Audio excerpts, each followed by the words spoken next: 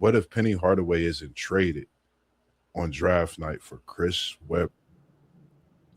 Well, so Chris Webber goes number one overall to the Orlando Magic. Now, keep in mind the previous year, the Orlando Magic had the first pick. They took Shaq from LSU. Yeah. So I don't know. Lightning strikes in a bottle. They catch lightning in a bottle. They get a first pick the very next season, and they select Chris Webber. And from what I understand, Shaquille O'Neal was urging management to select Penny Hardaway because they got to play together on the set of Blue Chips. So he's telling them, I want y'all to draft Penny, but they draft Chris Webber. And he said he tore up his front room when he saw that they drafted Chris Webber. But if they would have kept Chris Webber's draft rights, you would have seen like domination in the paint area. You know, you would have had Shaquille O'Neal, you would have had Chris Webber. That's 7'1" and 6'10". You would have had Nick Anderson. You would have had Dennis Scott, a sharp shooting 3-point shooter, uh, and some other players. So I don't know if they would have signed Horace Grant had they drafted and kept Chris Webber. But oh man, his name slips my mind. The guy who had 30 assists. Scott Skiles. You got Scott Skiles at point guard. Yes, sir. So you would have seen domination in the paint, rebounds, block shots. How many dunks they would have had every single game? Man. They probably would have had. They would have averaged like 7 dunks a piece had that trade not taken place. But it would have been exciting to see. But ultimately, I think it would have been one of those situations where it's too many cooks in the kitchen, too many chefs in the kitchen. Yes, indeed. Right? Because I mean, you talking about Diesel and you talking about C-Dub. I just think the pain isn't big enough for both of them.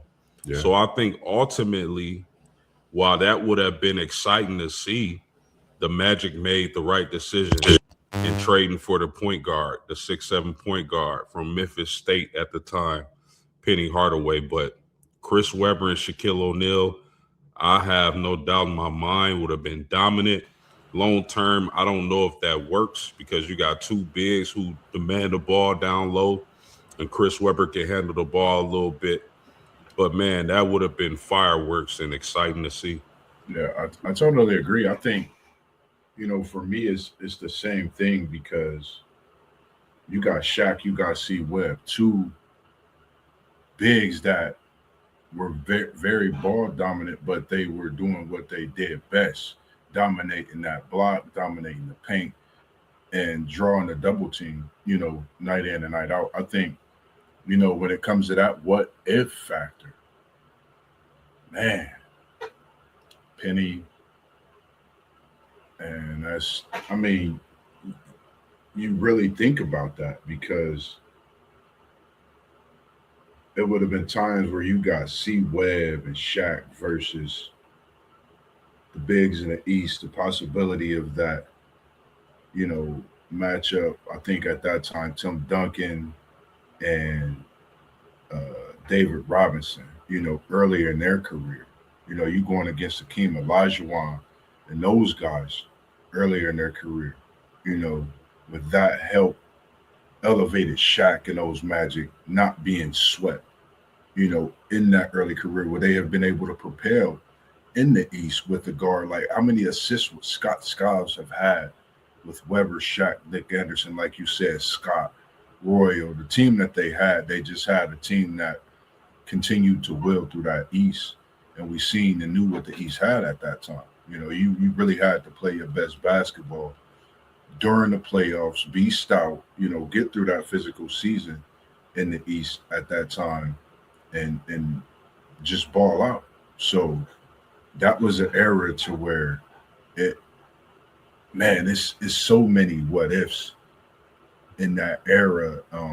One that I wasn't able to get on just to keep it on this subject of the what if, I had came across someone, and the one thing that come to the forefront is what if Grant Hill's injury? What if Penny Hardaway, as we just spoke on Penny Hardaway, and what if Tracy McGrady? I'm gonna put all three. I'm not categorizing. I'm not comparing. It's just I think when you talk about the comparisons that they receive, you're talking about a Grant Hill who received MJ comparisons, talking about a Tracy McGrady who received, Kobe Bryant comparisons, and we're talking about another counterpart, as well, and the greatness not to forget about Brandon Roy. I mean, it's so many when you think of this list: Penny, Hill, Roy, T Mac. Just give me your thoughts on those what ifs post game if you could. Yeah, man, that is some of the biggest what ifs of all time. I mean, you talk about Grant Hill coming out of Duke, a 6'8" small forward. I still remember him crossing Scottie Pippen and taking it to the rack and dunking. That dude was athletic. He was intelligent. He was tall. He was strong. He would have been excellent. Tracy McGrady, the same thing. That dude was deadly. I mean, does anybody remember what he did to Houston in what seconds? Seconds, 33, 13.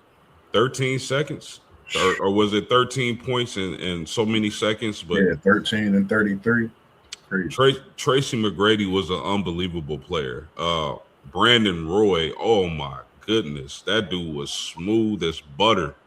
My goodness, Brandon Roy, I really hate that injury happened to him. He was such a great player. I mean, all these guys that we speak about with these devastating injuries, bro, they would have been all-time great players. I don't know.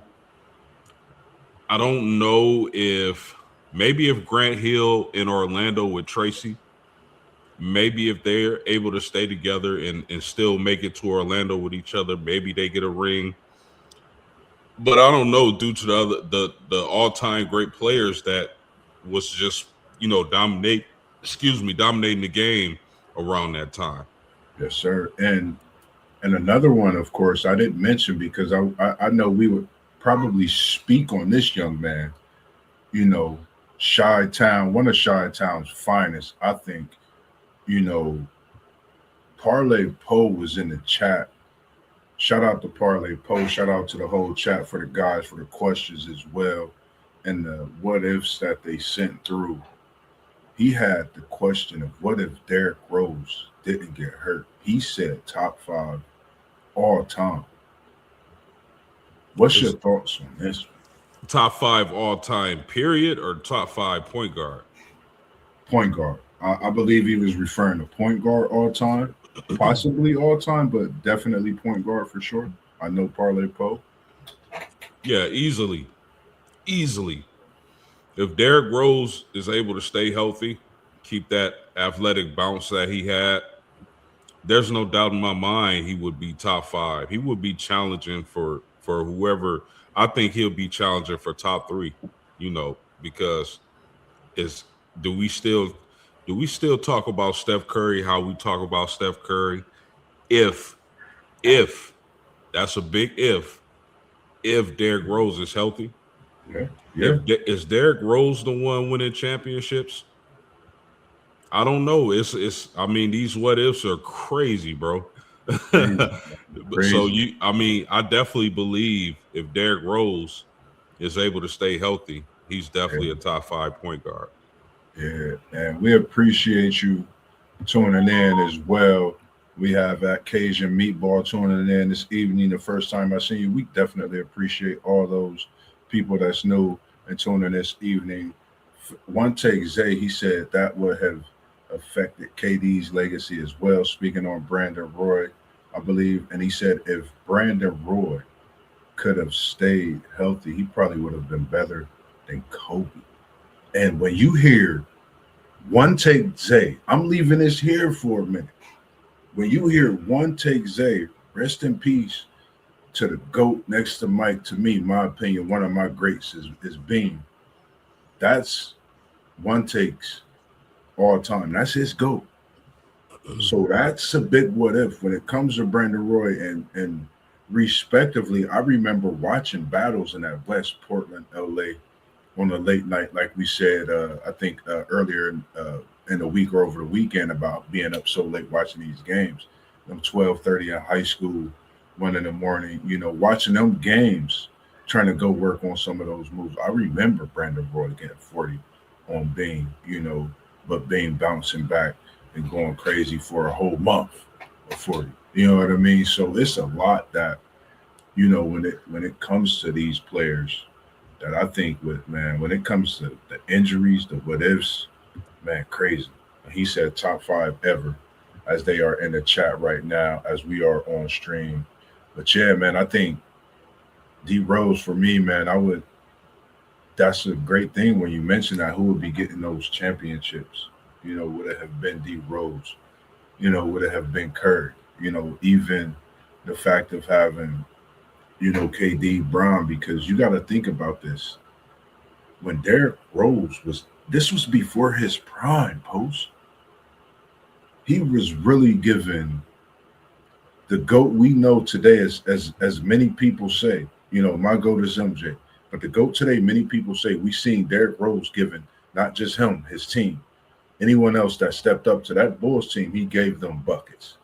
But he was that player, that engine that went and, it was tough seeing that. So, for me, man, that's D Rose, McGrady, Grant Hill, Brandon Roy, Tracy McGrady. I think they could have altered so many legacies in basketball.